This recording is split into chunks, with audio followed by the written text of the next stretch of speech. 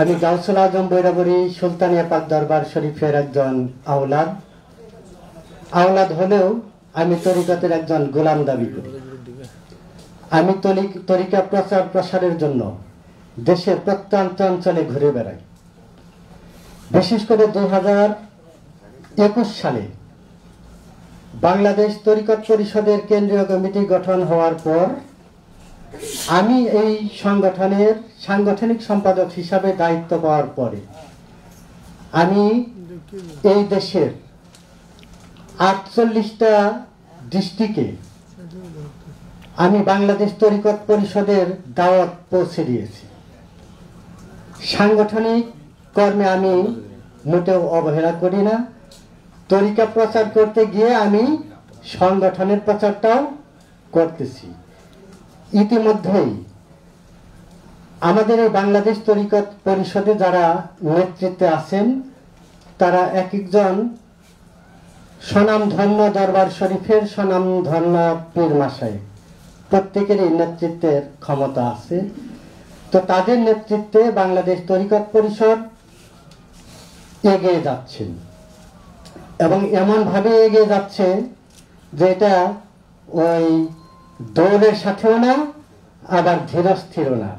ওই যে ছাই করা যেরকম ঠিক ওই রকম। ইতিমধ্যেই বাংলাদেশের প্রায় 1200 দরবারের পীর মাশায়েখদের সাথে আমাদের বাংলাদেশ তরিকত পরিষদের দাওয়াত পৌঁছানো হয়েছে। এর মধ্যে বেশিরভাগ দরবার আমাদের তরিকত পরিষদের দাওয়াত তারা সানন্দে গ্রহণ করেছে।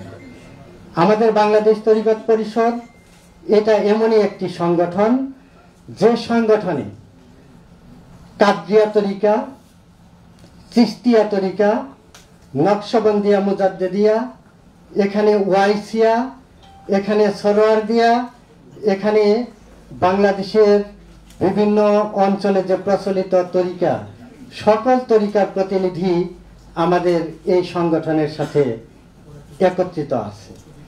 অন্য কোনো সংগঠনে সকল ধরনের তরিকার সবাই একসাথে হয় কিনা এটা আমার জানা নেই।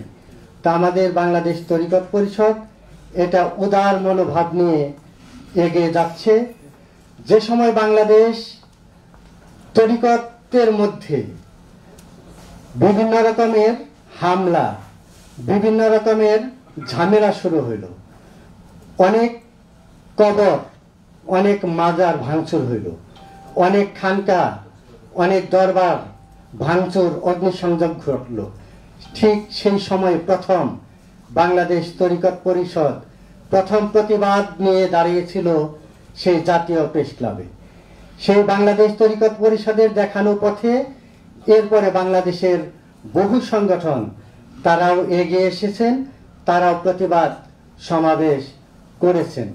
হয়তোবা আমরা থামাতে পারিনি, কিন্তু আমরা নিজেরাও থেমে যাইনি, আমরা এগিয়ে চলছি।